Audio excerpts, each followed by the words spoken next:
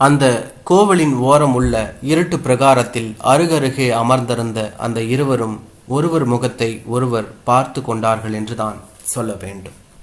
இருவருக்குள்ளும் பயம் பந்தாக சுருண்டது.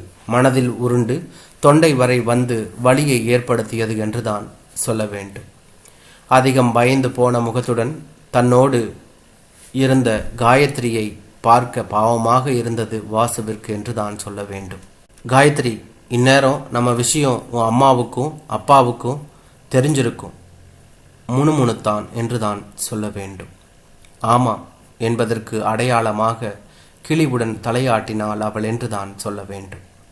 அவள் பதிலில் சிறிது நேரம் மௌனமாக இருந்த வாசு திடுதிப்பென்று, காயத்ரி, நாம 2 பேரும் ஓடி போயிடலாமா என்று கேட்டான் என்றுதான் சொல்ல வேண்டும்.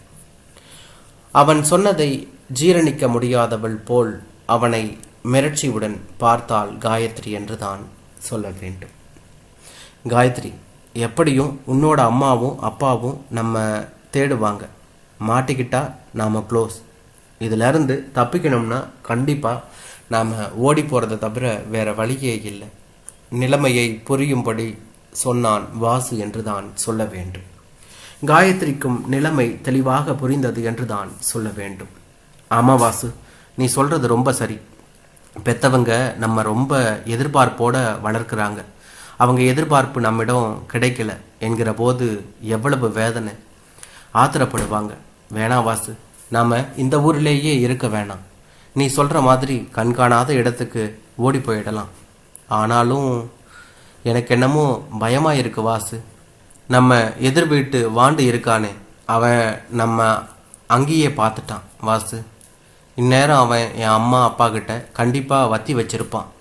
அவங்க நம்ம தேடி கண்டுபிடிக்கிறதுக்குள்ள இந்த இடத்த விட்டு ஓடி போயிடலாம். அதான் நல்லது என்றால் தீர்மானமாக என்றுதான் சொல்ல வேண்டும். இருவருக்கும் பனி விலகுவது போல பயம் களைய எழுந்து தூசி தட்டி கைகளை கோர்த்து கொண்டு நடக்க ஆரம்பித்தார்கள் என்றுதான் சொல்ல வேண்டும். அதே நேரம் வீட்டில் காயத்ரியின் அம்மாவிற்கு கன்னத்தில் பளீரென்று அறை விழுந்தது. அறைந்தவர் அவளின் அப்பா சிவராமன் என்றுதான் சொல்ல வேண்டும்.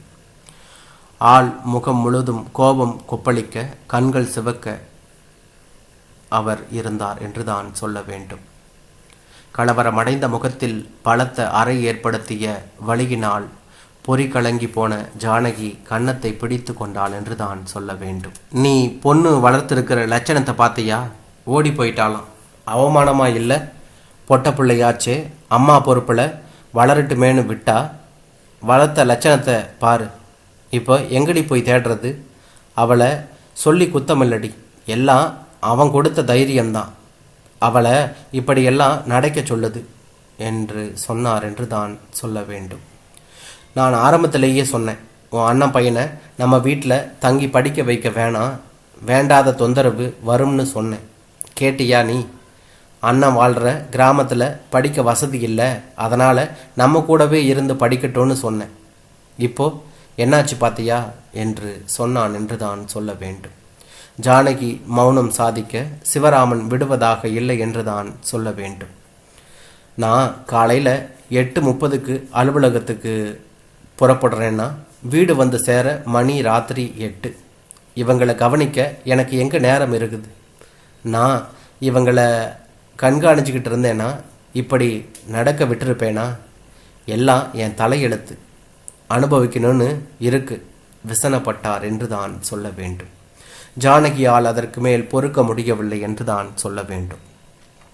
ஐயோ, நான் செய்த தப்புக்கு என்ன அடிங்க உதைங்க, ஆனால் சீக்கிரம் அவங்க 2 பேரையும் கண்டுபிடிச்சி கொடுத்துட்டு அப்புறம் என்ன வேணும்னாலும் செய்யுங்க, போங்க. அவங்க 2 பேரும் இந்த ஊரை விட்டு போகிறதுக்குள்ள தேடி கண்டுபிடிங்க என்று கதறினாள் என்றுதான் சொல்ல வேண்டும்.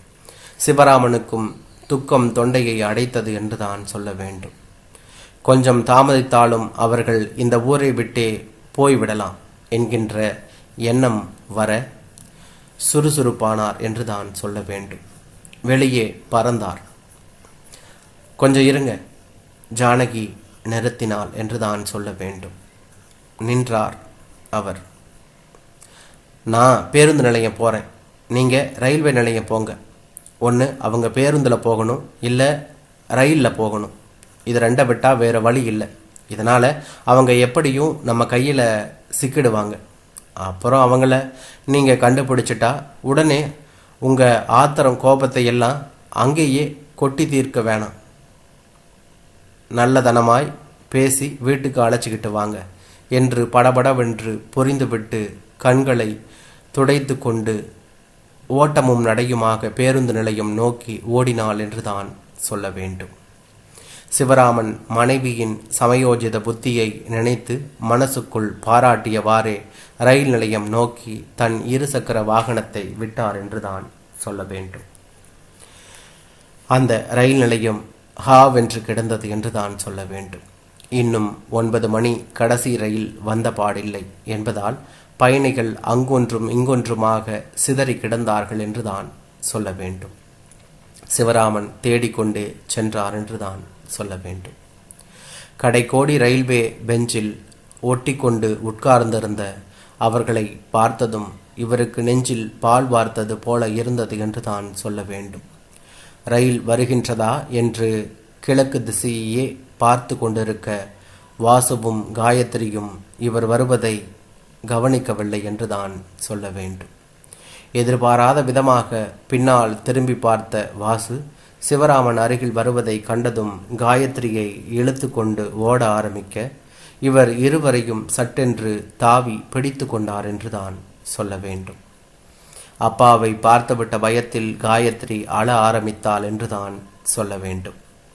வாசுவிற்கும் பயத்தில் கை கால்கள் வெடவெடத்தது என்று தான் சொல்ல வேண்டும். நல்ல வேளை கிடைத்து விட்டார்கள் என்று தன்னை ஆசுவாசப்படுத்தி கொண்ட சிவராமன் உடனே, ஏன் அலற? நீ 5ஆம் வகுப்புலையும் வாசு 8ஆம் வகுப்புலையும் ஃபெயில் ஆகிட்டதால வீட்டில் சொன்னால் அடி கிடைக்கும்னு பயந்துக்கிட்டு எங்காவது ஓடி போயிடலாம்னு பேசிக்கிட்டு இருந்ததை எதிர் வீட்டு பையன் பாண்டியன் சொன்னான். படிப்பில் ஃபெயில் ஆகிறது சகஜம். இந்த வருஷம் ஃபெயில் ஆனால் அடுத்த வருஷம் பாஸ் ஆகிடலாம். இதுக்கு போய் யாராவது இப்படி ஓடி போவாங்களா? நானும் அப்பா கிட்ட சொல்லிக்கிறேன், கவலைப்படாத வா என்றவாறு இருவரையும் வாஞ்சையுடன் அழைத்து சென்றார் என்றுதான் சொல்ல வேண்டும். பயம் நீங்கிய வாசுவும் காயத்ரியும் கோழி குஞ்சுகளாய் அவரது கைக்குள் அடைக்கலமானார்கள் என்றான்.